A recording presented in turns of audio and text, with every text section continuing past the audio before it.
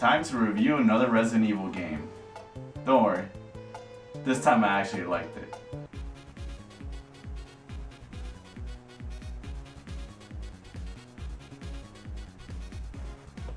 Ah yes, classic.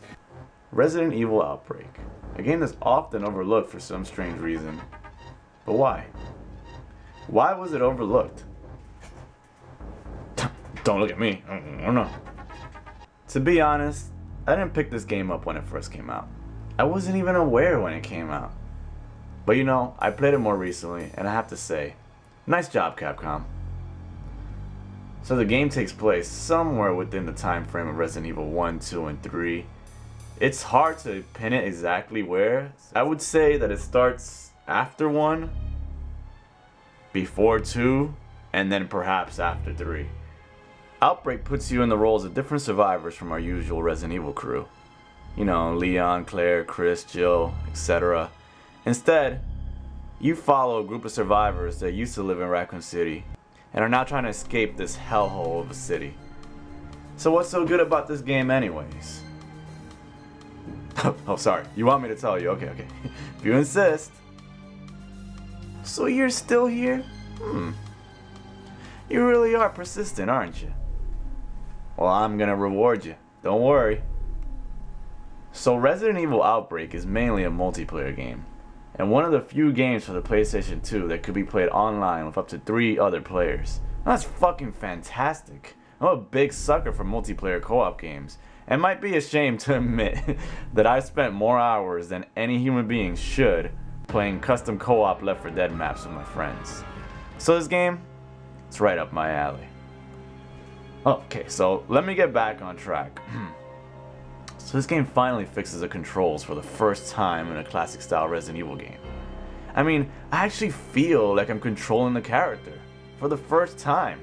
Who would have thought? I mean, sure, the controls still get a little awkward and wonky at times, and it does lead to some hilariously strange moments. Besides that though, I have to say, I like how it feels. Resident Evil's always been big on its stories. I mean, they can be extremely over the top and comic bookish at times. But story is always important, and I have to say that even for a multiplayer game, there's a decent amount of story in it. The characters all have their own stories and reasons for pushing on, and it's cool because it's not played up to be heroics, but instead just people trying to survive.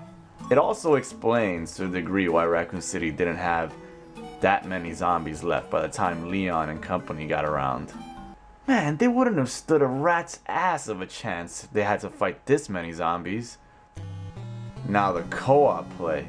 This is the big focus of the game. I really enjoyed co-op. I really loved annoying my friends with the voice controls. You know, for the time that this game came out, its communication system, pretty decent.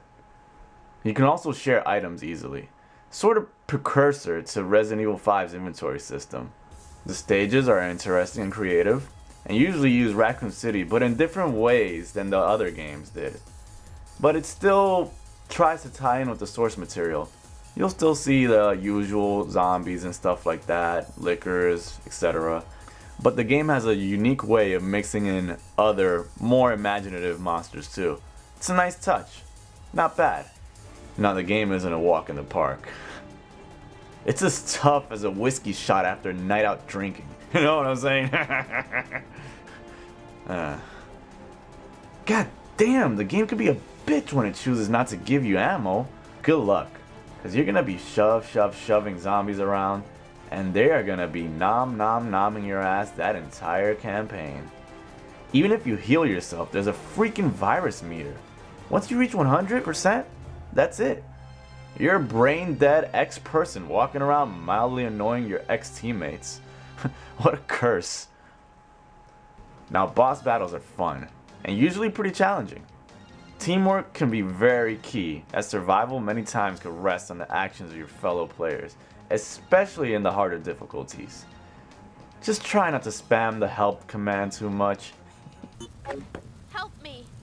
Help me! Help me! Help me! So all in all, this game is solid. I really enjoyed playing it, and at times it can be very challenging. But the experience of playing with friends reaching the end alive, annoying the shit out of them with the commands. You know, it really makes it quite exhilarating. And I'm sad to say that this game can't be played online anymore unless you find a private server. They're still out there and they can be found, but it makes it a lot tougher to play. But if you're able to do it, I suggest trying it out with friends, and soon you too will be screaming, "My life is shit!" I really hope you enjoyed the video. If you liked it, I wouldn't mind if you subscribed.